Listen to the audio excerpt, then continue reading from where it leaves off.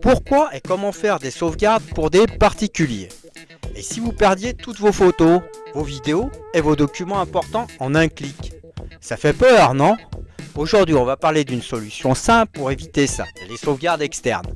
Pourquoi en faire, comment les faire et surtout quel outil choisir? Et c'est parti! Pourquoi vous devez faire des sauvegardes externes?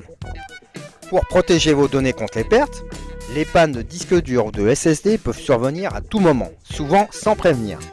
Enfin, les virus comme les ransomware ou rançons logiciels peuvent chiffrer vos fichiers et vous empêcher d'y accéder. Une mauvaise manipulation ou un bug peut entraîner la suppression accidentelle de vos données. Gardez vos souvenirs intacts. Vos photos et vidéos personnelles sont irremplaçables. Les sauvegarder, c'est se préserver des souvenirs uniques. Et enfin, sécurisez vos données importantes. Si vous avez des documents administratifs, des fichiers professionnels ou des projets personnels, les pertes peuvent avoir des conséquences importantes. Les différents types de sauvegarde externes. Les sauvegardes physiques. Le disque dur externe est facile à utiliser avec une grande capacité de 1 à 10 Tera ou plus.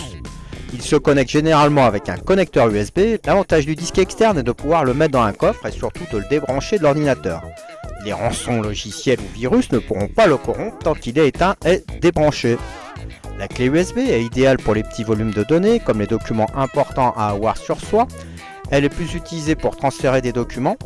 Attention de ne pas la perdre, il est recommandé de chiffrer les données avec un mot de passe pour garder la confidentialité de vos documents.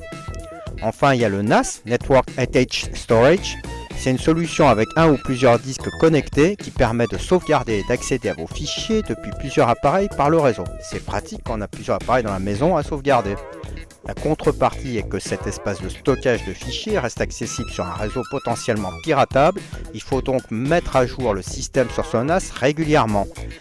Il y a enfin les sauvegardes dans le cloud. L'avantage c'est que c'est accessible partout, même si votre matériel est volé ou endommagé. En exemple, vous avez Google Drive, OneDrive, Dropbox ou d'autres solutions spécifiques comme iCloud. Comment faire une sauvegarde externe? La première méthode est la méthode manuelle. Connectez votre disque dur ou votre clé USB à votre ordinateur, copiez manuellement vos fichiers les plus importants. Enfin, organisez vos dossiers pour retrouver vos données facilement. La méthode automatique, utilisez un logiciel de sauvegarde pour automatiser le processus. Sous Windows, vous tapez historique des fichiers et vous allez trouver l'utilitaire qui vous permet de les sauvegarder sous Mac et Time Machine. Des logiciels tierces comme Acronis True Image ou 5back, cela vous permet de configurer une sauvegarde régulière, quotidienne, hebdomadaire ou mensuelle. La double sauvegarde est une bonne pratique. Une copie locale sur un disque dur externe ou un NAS débranché de l'ordinateur et il ne risquera pas d'être attaqué par un rançon logiciel. Enfin, une copie distante sur le cloud ou un autre lieu physique en cas de vol ou d'incendie. Les conseils pour bien gérer ces sauvegardes. Mettez à jour vos sauvegardes régulièrement. Tout ce qui n'a pas pu être sauvegardé peut être perdu. Testez vos sauvegardes, vérifiez que vous pouvez restaurer vos fichiers sans problème. Et enfin, protégez vos sauvegardes. Utilisez des mots de passe et si possible un chiffrement pour sécuriser vos données sensibles. En conclusion, faire des sauvegardes externes, c'est comme souscrire une assurance pour vos données. C'est une petite habitude qui peut vous sauver de gros problèmes.